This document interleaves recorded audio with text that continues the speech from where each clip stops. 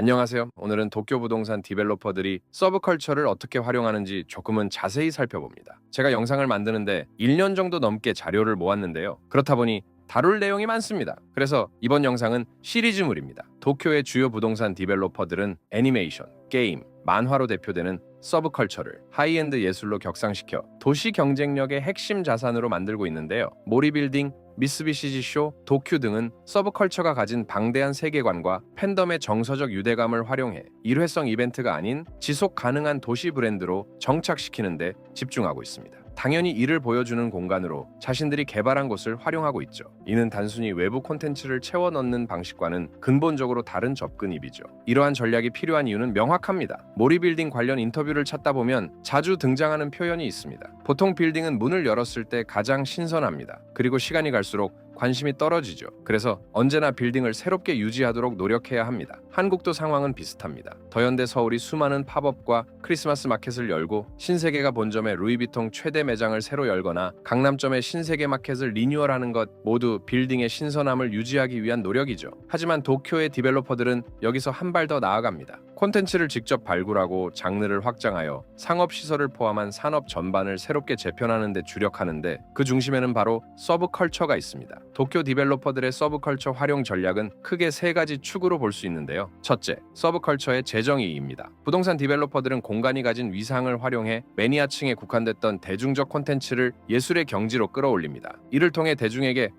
이게 된다고 하는 호기심을 자극하고 기존 콘텐츠에 대한 새로운 해석을 제시하는데요. 이러한 서브컬처에 대한 이해도는 누이카츠같이 자신이 좋아하는 캐릭터나 아이돌을 본뜬 인형을 데리고 다니며 사진을 찍고 일상을 공유하는 문화에도 유연하게 대처하게 만들죠. 둘째는 플랫폼화입니다. 도쿄의 부동산 디벨로퍼들은 오프라인 공간을 아티스트와 팬덤이 결합하는 커뮤니티 거점으로 확장하는데 방점을 둡니다. 팬덤이 형성되고 그곳에 새로운 세대가 자연스럽게 유입되도록 유도하는데요. 모리빌딩은 아자부다이 힐즈 갤러리를 통해 일본 애니메이션의 역사를 다루면서 아자부다이 힐즈의 젊은 층이 계속 유입되는 기회를 만들죠. 서브컬처는 아니지만 넷플릭스와의 협업을 통해 콘텐츠를 플랫폼화하고 빅테크와 연계하여 시장 규모를 키우고 있는 포뮬러1 F1도 이와 유사한 전략을 구사하고 있습니다. 셋째, 브랜드 자산화입니다. 결과적으로 디벨로퍼들은 서브컬처를 도시 전체의 경제적 가치를 높이는 지속 가능한 브랜딩 소재로 정착시킵니다. 이는 장기적으로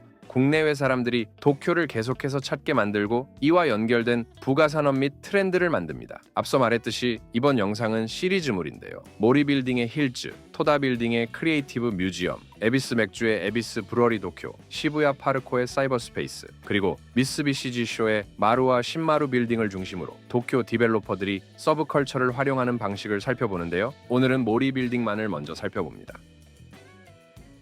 모리빌딩은 미술관이라는 공간의 위상을 활용해 서브컬처 콘텐츠를 하이엔드 예술로 재포지셔닝합니다. 이 같은 모리빌딩의 접근은 도쿄 부동산 개발에서 아주 독창적인 전략 중 하나죠. 동일한 콘텐츠라도 어디에 놓이며 어떤 맥락에서 소비되느냐에 따라 그 가치는 완전히 달라지니까요. 예를 들어 국립중앙박물관의 굿즈가 일반 소품점에서 팔리면 단순한 상품일 뿐이지만 박물관 내부에서 판매되면 예술적 가치의 연장선으로 여겨지기 때문이죠. 평범한 그릇도 아티스트의 안목이 더해지면 하나의 취향으로 격상되는 것처럼 말입니다. 모리빌딩은 이러한 원리를 도시개발에 녹여내 미술관을 힐즈 브랜딩에 적극적으로 활용하죠. 특히 이 부분이 가장 잘 드러나는 분야가 바로 만화입니다. 모리빌딩은 만화를 소모적인 콘텐츠가 아닌 보존 가치가 있는 예술 유산으로 재정의하는데요. 이 접근이 가장 극명하게 잘 나타난 곳이 아자부다이 힐즈와 도쿄 노드입니다. 일단 아자부다이 힐즈에서 가장 먼저 볼 수 있는 장소는 슈에이샤 갤러리와 팀랩입니다. 슈에이샤 갤러리는 만화 원화를 NFT로 인증하고 고품질 활판 인쇄 기법을 적용해 이를 예술적 수집품으로 탈바꿈시키고 있죠. 여기에 팀랩의 압도적인 디지털 아트를 배치함으로써 공간 전체에 예술을 하나의 거대한 콘텐츠 축으로 만들죠. 세계적 팬덤을 가진 원피스, 나루토, 블리치 등의 IP는 예술과 대중문화의 경계에 있는 수집가들을 아자부다이 힐즈로 끌어들이는 핵심 동력인데요.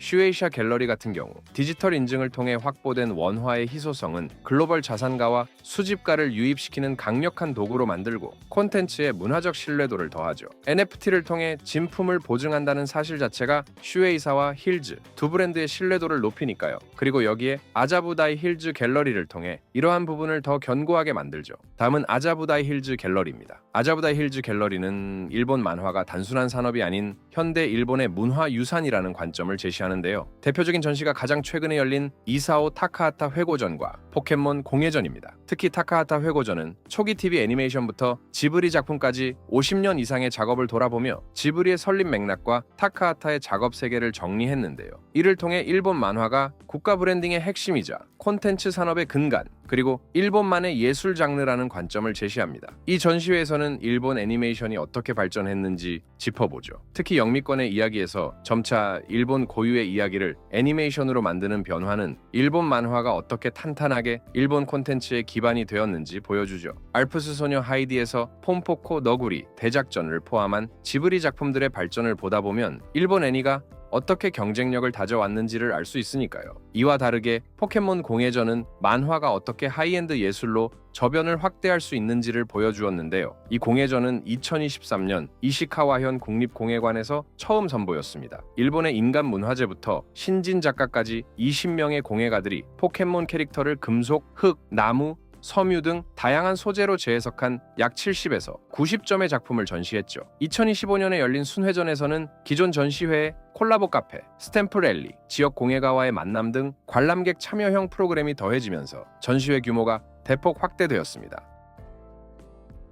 서브컬처를 현대 미술의 주류 담론으로 안착시킨 모리빌딩의 전략은 롭pongi 힐즈의 모리미술관에서 시작되었는데요. 모리빌딩은 롭pongi 힐즈의 모리타워 최상층에 미술관을 배치해 만화, 건축 등을 비롯해 다양한 전시회를 열었죠. 그리고 이를 통해 예술을 어떤 방식으로 부동산 개발에 활용하는지를 보여주었습니다. 무엇보다도 가장 높은 임대료를 창출할 수 있는 공간을 펜트하우스나 오피스가 아닌 미술관으로 할당한 것 자체가 파격적이었죠. 무라카미 다카시는 이 전략의 대표적인 사례라고 할 수 있는데요. 그는 에도 시대 전통 회화와 현대 애니메이션의 공통된 시각적 요소인 과장과 파격적인 원근법을 포착해 일본의 대중문화, 만화, 애니메이션, 오타쿠 문화 등을 예술과 상업을 융합한 슈퍼플랫이라는 개념으로 정립했죠. 특히 슈퍼플랫은 일본을 넘어 세계 미술계에 큰 영향을 미쳤으며 미국 등에서도 소플로, 슈퍼플랫이라는 분파가 등장할 정도로 확산되었습니다. 모리미술관에서 열린 무라카미 다카시의 대표적인 전시회 중 하나는 2016년에 개최된 500나한도전입니다. 이 전시는 그의 대작 500나한도를 중심으로 작업 과정과 공방 시스템, 스케치, 밑그림, 지시서 등 제작에 사용된 방대한 자료까지 함께 전시해 그의 예술 세계를 깊이 있게 조명했죠. 500나한도는 높이 3m, 길이 100m에 달하며 500명의 깨달은 부처 추종자들을 담은 거대한 설치 작품인데요. 이 작품은 종교적 상징과 현대적 해석을 결합해 다양한 문화적 배경을 초월하는 기도의 힘을 강조합니다. 전시에서는 무라카미의 시그니처인 꽃, 해골, 캐릭터 등이 등장하며 그의 대표 스타일인 슈퍼플랫이 잘 드러나죠. 관람객은 자유롭게 사진 촬영이 가능해 작품의 디테일과 전체적인 분위기를 체험할 수 있습니다. 무라카미의 전시는 오타쿠 문화와 일본 전통, 대중문화와 고급 미술의 경계를 허무는 중요한 사례로 평가받는데요. 이곳은 그의 회고전과 대규모 개인전을 통해 일본 현대 미술의 핵심 작가로 조명해왔습니다.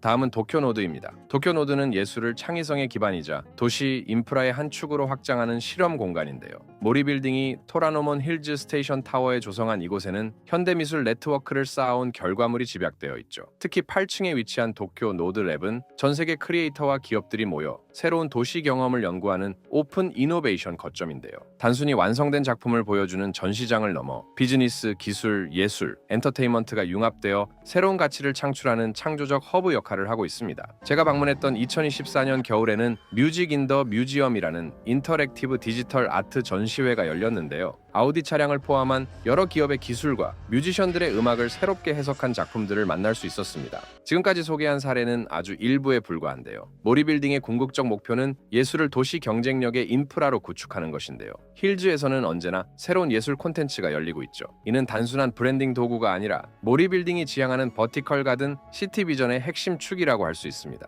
모리빌딩이 현대 미술에 집중하는 건 고전 예술 작품을 많이 보유하고 있지 않다는 점도 있을 겁니다. 일본 고미술과 도자기, 칠공계, 염직, 유리 등 전통 미술 중심의 컬렉션을 보유하고 있는 산토리와는 사뭇 다르죠. 하지만 모리빌딩은 이 약점을 오히려 강점으로 전환했습니다. 소장품이 적기에 다양한 전시회를 끊임없이 개최할 수 있었고, 이는 국립신미술관의 행보와도 닮아 있는데요. 모리빌딩은 이를 통해 현대미술의 선도적 관점을 가진 기업, 나아가 일본 전체를 브랜딩하는 기업으로 자리매김했습니다. 이 과정에서 모리빌딩만의 수많은 아티스트 네트워크가 만들어졌죠. 동시에 도쿄 노드를 통해 크리에이터들의 작업 공간을 만들고 이를 글래스락과 연결시켜 예술을 힐즈 라이프를 구성하는 콘텐츠이자 도시의 핵심 자산으로 접근하고 있죠. 이러한 모리빌딩의 행보는 예술을 도시 경쟁력의 기반, 즉 인프라를 만드는 것이 무엇인지 세밀하게 보여준다고 할 수 있습니다. 여러분의 생각은 어떠신가요? 댓글로 알려주세요. 영상이 마음에 드셨다면 좋아요와 구독도 부탁드려요. 저는 다른 영상으로 다시 돌아오겠습니다.